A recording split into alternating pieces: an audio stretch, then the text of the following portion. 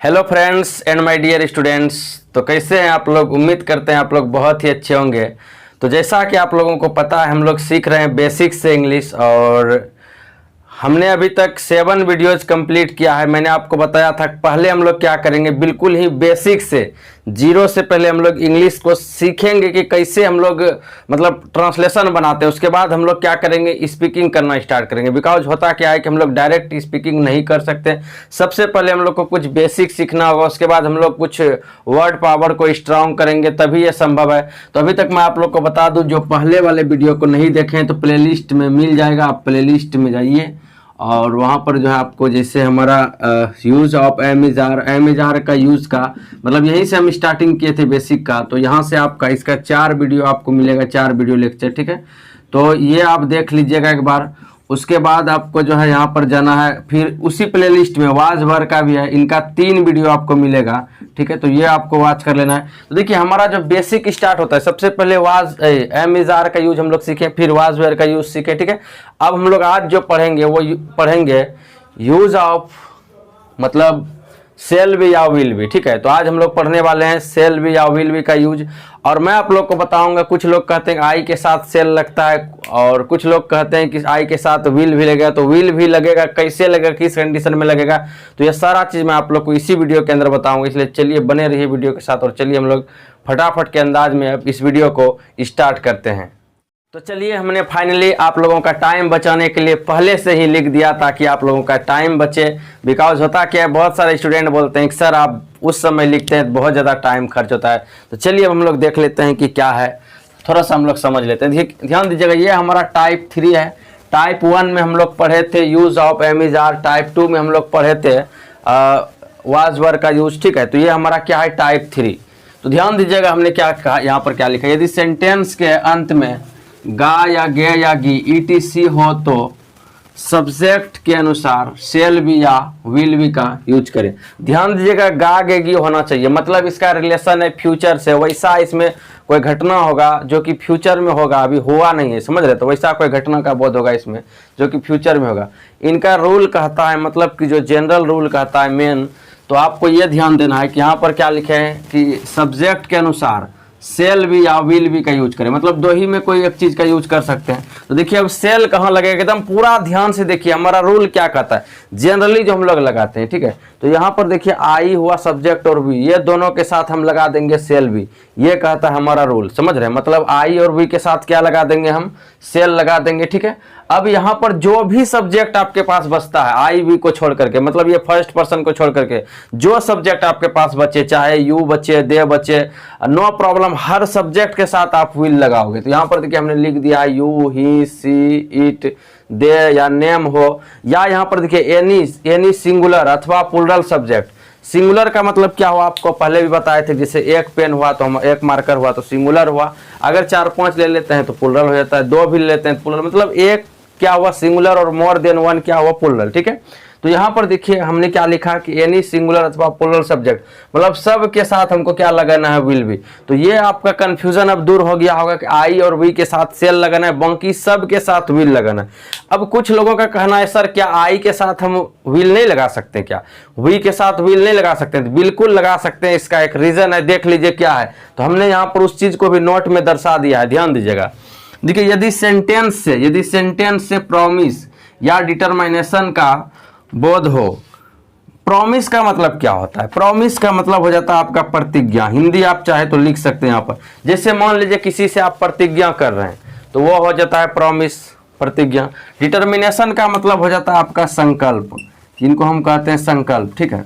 जैसे मान लीजिए हम संकल्प कर रहे हैं कि यह काम करेंगे नहीं, तो कहने का मतलब यह है, ध्यान दीजिएगा।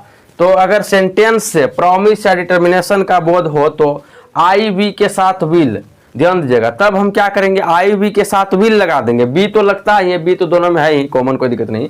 आई वी के साथ क्या लगा देंगे, विल लगा देंगे, और बाकी सभी सब्जेक्ट के साथ क्या लगा देंगे, सेल भी, ठीक है। चलिए यहाँ भी हम लिख ही देते हैं थोड़ा विल भी, ताकि आप लोग कंफ्यूज ना हो कि सर यहाँ पर बी क्यों नहीं लिखे, खाली विले लगेगा क्या। चलिए यहाँ पर हम भी लिख देते हैं थोड़ा विल भी, ठीक है। तो हमने क्या लिखा है यहाँ पर कि आई और वी के साथ क्या हो जाएगा, विल बी, और बाकी सभी सब्जेक्ट के साथ क्या हो जाएगा, सेल बी। ये कब होगा, जब सेंटेंस से प्रॉमिस का बोध हो। जैसे मान लीजिए आप बोलते हैं कि मैं डॉक्टर बनूंगा, तो ठीक है आप भाई डॉक्टर बनोगे, आप जनरली कर रहे हैं, ठीक है। तो यहाँ पर आप आई के साथ क्या लगा सकते हैं, सेल लगा सकते हैं, ठीक है। लेकिन अगर कहेंगे मैं अवश्य डॉक्टर बनूंगा, मैं प्रतिज्ञा करके, प्रतिज्ञा मतलब ऐसे बोल रहे हैं कि मैं अवश्य डॉक्टर बनूंगा, ठीक है, तो वहां पर आप लगा सकते हैं आई के साथ विल। जैसे मान लीजिए आपको कोई दोस्त बोला कि कल हमसे मिलोगे ना, तुम कल हमसे मिलोगे ना, तो आप बोलते हैं कि हाँ मिलूंगा मिलूंगा। लेकिन मान लीजिए अगर आप कह रहे हैं कि मैं तुमसे कल मिलूंगा, तो क्या बोलिएगा कि I shall meet you tomorrow.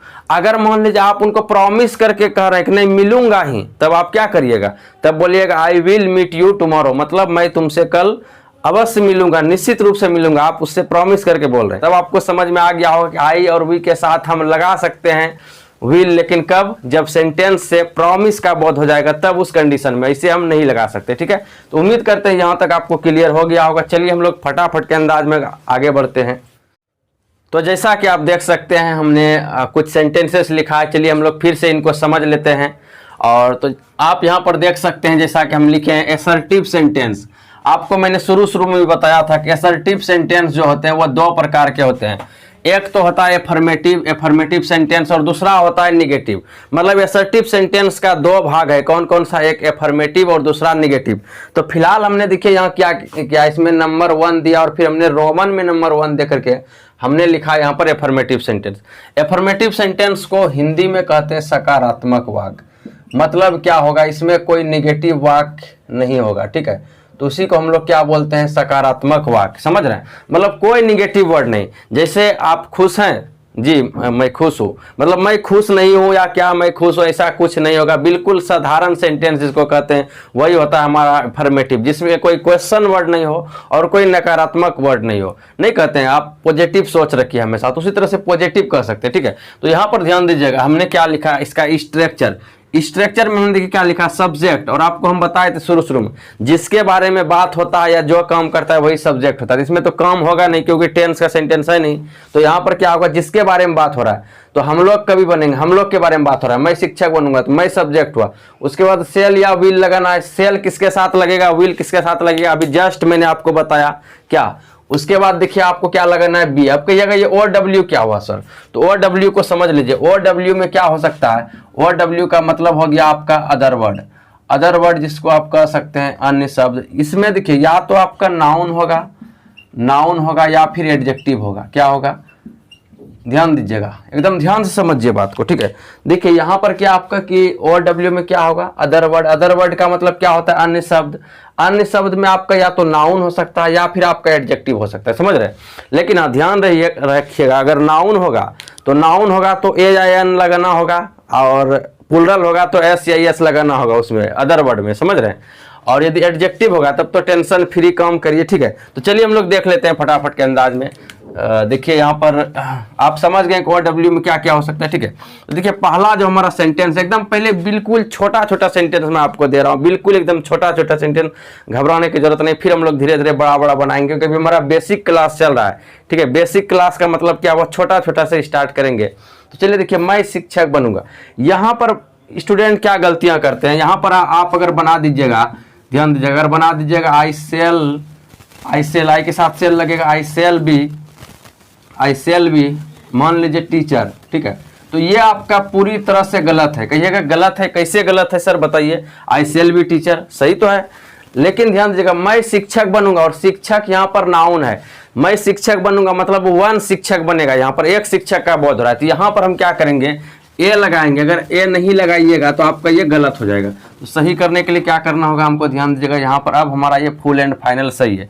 जैसे मैं विद्यार्थी बनूंगा तो आई सेल बी स्टूडेंट, अ लगाना होगा आपको। अगर नहीं लगाइएगा तो वो क्या होगा, आपका सेंटेंस इनकरेक्ट हो जाएगा, गलत हो जाएगा, ठीक है। यही चीज ध्यान देना है हमने आपको। मतलब ये टाइप 1 में देख लीजिएगा, जो शुरू का बेसिक क्लास है, इस वीडियो के डिस्क्रिप्शन में सब लिंक मैं दे दूंगा, आप देख लीजिएगा शुरू का क्लास। उसमें मैंने बताया था कि कहाँ ये लगाना और कहाँ ये लगाना और कहाँ मतलब ऐसा लगाना, ये सारा चीज मैंने बता दिया था, ठीक है। चलिए अब देखिए हम लोग कभी बनेंगे, यहाँ पर ध्यान देना, कभी क्या है, नाउन है। सबसे पहले वी होगा हम लोग का। अब उसके बाद ध्यान दीजिएगा, वी के साथ क्या लगेगा, सेल, अभी जस्ट हमने सीखा है, तो वी सेल बी दे दिए। अब देखिए कवि का यहाँ पर क्या हो जाएगा, तो कवि का यहाँ पर हो जाएगा आपका पोएट्स। एकदम बिल्कुल देखिए सिंपल है, साधारण है, आपको घबराने की जरूरत नहीं। अगर यहाँ भी ध्यान दीजिएगा, यदि आप यहाँ पर यहाँ पर यदि आप एस नहीं लगाइएगा तो भी गलत हो जाएगा, समझ रहे हैं। क्योंकि हम लोग कभी है मतलब क्या, कभी एक नहीं है, मोर देन वन है, प्लूरल है, समझ रहे हैं। प्लूरल का मतलब क्या है कि वहाँ पर आपको एस लगाना ही होगा, अदरवाइज आपको प्रॉब्लम, मतलब आप प्रॉब्लम क्या, वो सेंटेंस ही आपका गलत हो जाएगा। इसीलिए आपको क्या करना होगा, वहाँ पर आपको एस लगाना ही होगा हर कंडीशन में, ठीक है। तो चलिए हम लोग आगे सेंटेंस को देखते हैं। ये चीज़ देखना है कि नाउन कहाँ है और एडजेक्टिव कहाँ है। एडजेक्टिव अगर रहेगा तो टेंशन ही नहीं लेना है, समझ रहे। तो देखिए अगला हमारा सेंटेंस है, हम लोग उपस्थित रहेंगे। अगला सेंटेंस, तो उपस्थित, देखिए ये कोई, और वो भी काउंटेबल नाउन होना चाहिए, ठीक है, जिस नाउन को हम गिन सकते हैं। आपको मैंने पहले भी बताया था काउंटेबल नाउन, पहले वाला देख लीजिएगा, समझ रहे हैं। तो यहाँ पर क्या करेंगे बताइए, वी हो जाएगा। अब वी के साथ हम लोग उपस्थित रहेंगे, वी के साथ सेल लगेगा, जस्ट भी मैंने बताया था आपको, तो वी सेल वी हो जाएगा। और उपस्थित का क्या हो जाएगा, यहाँ पर प्रेजेंट। कहिएगा सर यहाँ आप एस क्यों नहीं लगाए, यहाँ आप एस क्यों नहीं लगाए, क्योंकि प्रेजेंट कोई काउंटेबल नाउन नहीं है, ये एक एडजेक्टिव की तरह है। आप इसको रख सकते हैं, इसे नाउन में रखिएगा तो अनकाउंटेबल में रखना होगा, इसलिए यहाँ पर हम एस नहीं लगाएंगे, ठीक है, प्रेजेंट, ठीक है। तो चलिए अगला है हमारा, यहाँ पर आपको फुल स्टॉप देना है सबके लास्ट में, बिकॉज ये हमारा एफर्मेटिव सेंटेंस है। अगर इंट्रोगेटिव रहता है तो वहाँ पर हम क्या देते हैं, क्वेश्चन मार्क देते हैं, ठीक है। अगला देखिए, मैं अवश्य उपस्थित रहूंगा, ध्यान दीजिएगा। ये सेंटेंस जो है, मैं अवश्य उपस्थित रहूंगा, ध्यान दीजिएगा। अवश्य लगा हुआ, इसका मतलब क्या, हम सेंटेंस से प्रॉमिस करके बोल रहे हैं, प्रतिज्ञा का बोध हो रहा है, डिटर्मिनेशन का बोध हो रहा है। तो यहाँ पर हम क्या करेंगे, ध्यान दीजिएगा, आई के साथ यहाँ पर हम सेल नहीं लगाएंगे। जस्ट अभी मैंने आपको बताया था कि आई के साथ हम सेल उस कंडीशन में नहीं लगाएंगे जब मान लीजिए सेंटेंस से प्रॉमिस का बोध होगा। तो यहाँ पर ध्यान दीजिए, आप आई के साथ क्या लगाइएगा, तो आई के साथ आपको लगाना होगा विल, आई विल, उसके बाद क्या हो जाएगा, आई विल बी प्रेजेंट, ठीक है। तो लिख दीजिए आई विल बी प्रेजेंट।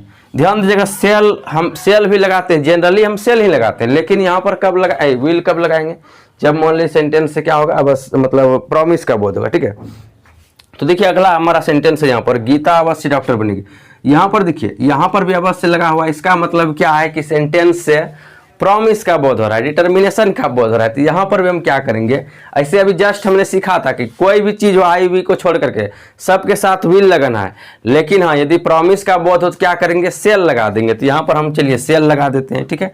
तो चलिए हम यहाँ पर क्या लगा देंगे, सेल, तो गीता हो जाएगा। उसके बाद यहाँ पर हम क्या लगा देंगे, सेल भी। देखिए उल्टा क्यों किए पता है, क्योंकि यहाँ जो अवश्य लगा हुआ है, ठीक है, इसीलिए हमने उल्टा किया। तो गीता सेल भी हो जाएगा। और अच्छा बताइए, गीता जो डॉक्टर बनेगी, गीता कई गो है, ए गो है। गीता मतलब कोई गर्ल है, एक लड़की है, तो यहाँ पर क्या लगाएंगे, ए डॉक्टर। अगर ए नहीं लगाइएगा तो भी आपका गलत हो जाएगा। तो ध्यान रखना है आपको, यहाँ पर क्या हो जाएगा, ए डॉक्टर, ठीक है। तो क्या हो गया, देखिए गीता सेल भी है डॉक्टर, ठीक है। देखिए आपको घबराने की जरूरत नहीं है, यहाँ पर गीता कितना है, ओनली वन है। यही चीज़ आपको ध्यान देना है, यहीं पर हम लोग बार बार गलतियाँ करते हैं, तो वो आपको नहीं करना है, इसलिए ध्यान दीजिए, ठीक है। अगला देखिए, वह वैज्ञानिक बनेगा, तो वह ये भी सिंगुलर है वह, तो यहाँ पर भी ध्यान देना। वैज्ञानिक भी हमारा नाउन है, काउंटेबल नाउन। तो चलिए हम लोग देख लेते हैं जल्दी से, तो क्या हो जाएगा, ही। और यहाँ देखिए प्रॉमिस का कोई बोध नहीं हो रहा है, तो नहीं हो रहा है तो जो जनरल लगता है वो लगाएंगे, ही के साथ विल लगता है तो विल लगा देंगे। चलिए तो ही विल, उसके बाद क्या हो जाएगा, ही विल भी ए साइंटिस्ट हो जाएगा। साइंटिस्ट का मतलब क्या होता है सर, तो साइंटिस्ट का मतलब होता है वैज्ञानिक, ठीक है। तो हमने क्या लिखा, he will be a scientist, समझ रहे हैं, वह वैज्ञानिक बनेगा। अगर रहता वह अवश्य वैज्ञानिक बनेगा, तब हम क्या करते हैं, ही के साथ सेल लगा देते हैं, उसके बाद क्या लग जाता, बी लग जाता, ठीक है। चलिए फटाफट के अंदाज में अगला सेंटेंस देख लेते हैं। वह भूखी रहेगी, तो यहाँ पर क्या हो जाएगा बताइए, सी हो जाएगा। और भूखा रहना कोई काउंटेबल नाउन नहीं है, इसीलिए हम यहाँ पर क्या करेंगे, यहाँ पर डायरेक्ट हम मतलब कुछ नहीं लगाना, ए आई एन या एस कुछ नहीं लगाना ऐसा, ठीक है। तो चलिए क्या हो जाएगा, she will be hungry, she will be hungry, ठीक है। तो जल्दी से यहाँ तक आप लोग नोट कर लीजिए, ठीक है, जल्दी से नोट करिए फटाफट के अंदाज में। तो ये था यूज़ ऑफ सेल बी या विल बी का पहला वीडियो। अभी हमारा सेल बी या विल बी का यूज समाप्त नहीं हुआ है, इसके बाद हम लोग और भी इनका पार्ट देखेंगे, ठीक है। ये पहला क्लास था इनका।